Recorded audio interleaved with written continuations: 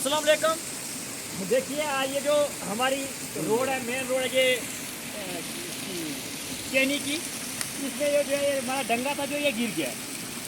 तो इसका सबसे मेन कारण जो था ये जो हमारी वहाँ एक पुली थी पीछे।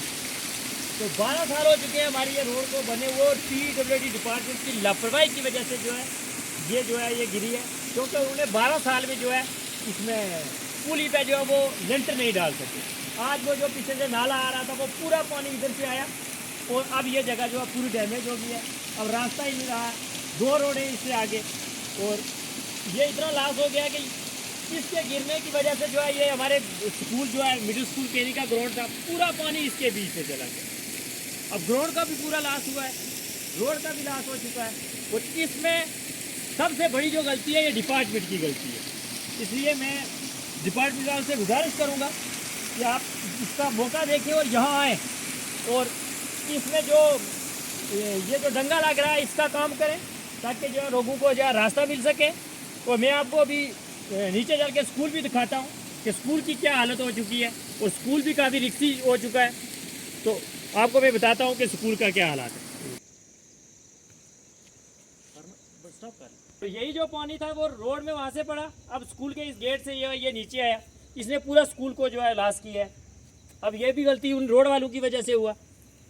अब वही पानी जो है ये स्कूल के बीच घुसा, इसने स्कूल का पूरा जो है ये जो यहाँ बैठने की जगह थी इसको भी पूरा नुकसान पहुँचाया। अब ये स्कूल जो है ये भी रिक्सी में हो गया।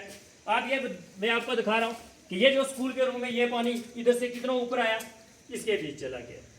अब ये सिर्फ उस पुली की वजह से, अगर 12 साल से अब वो पुली का जो लेंटर नहीं पड़ा, अब इसने इतना लॉस कर दिया। इसका ये ढांचा है ये भी रिक्सी हो चुका है। अब डिपार्टमेंट को इस पर ध्यान देना होगा। ये स्कूल जो है हमारी ब्लॉक मुकोड़ का सबसे ज़्यादा जो है इसमें इनरोलमेंट है, सबसे ज़्यादा इनरोलमेंट वाला स्कूल है, और इसकी ये हालत है। अब ये स्कूल देखो, अब ये कितना गिरा है, इसमें ये कितना है, कैसा है।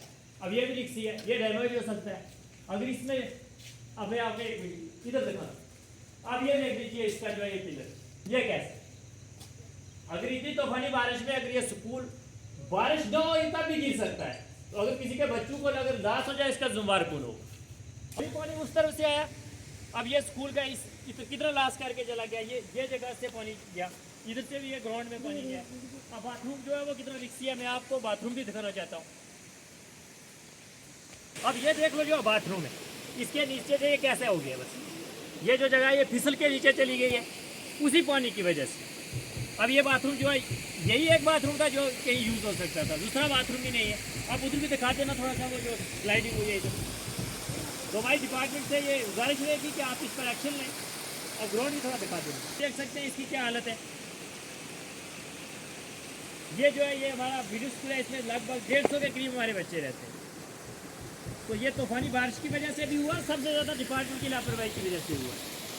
बारिशें तो अलग बात है यार, ये पूरी लापरवाही की वजह से हुआ है। उन्होंने वो पानी दिखाना चाहिए, पूरी जो है ये नाले का पानी क्या आ रहा है, ये इसीलिए आ रहा है कि उस जो वो नाले पे वो पुली थी उसका लेंटर नहीं डाला डिपार्टमेंट को। तो मैं आप तमाम जो है डिपार्टमेंट वालों से गुजारिश करना चाहता हूँ कि आप इस पर एक्शन लें, एजुकेशन डिपार्टमेंट वालों से भी। और ये सब गलती जो है PWD डिपार्टमेंट वालों की वजह से हुआ है। स्कूल का इतना लॉस हो रहा है हमारा, अब हमारे बच्चे जो कहाँ पढ़ेंगे। तो ये मिडिल स्कूल है। मैं डिपार्टमेंट वालों से एक चीज़ और दिखाना चाहता हूँ, ये देख लो बाथरूम है, ये यूज़ होता है बाथरूम बच्चों के लिए। ये डिपार्टमेंट ये जो बाथरूम है, अब तो ये नुकसान ही हो गया। और एक ये बाथरूम था, ये यूज़ होने के काबिल ही नहीं था। तो स्कूल आप देख सकते हैं स्कूल को कि कितना हालत जो है स्कूल की ख़राब है। तो मैं डिपार्टमेंट वालों से गुजारिश करूंगा कि इस पर कार्रवाई की जाए और तुरंत एक्शन लेकर इसका जो है काम किया जाए। शुक्रिया।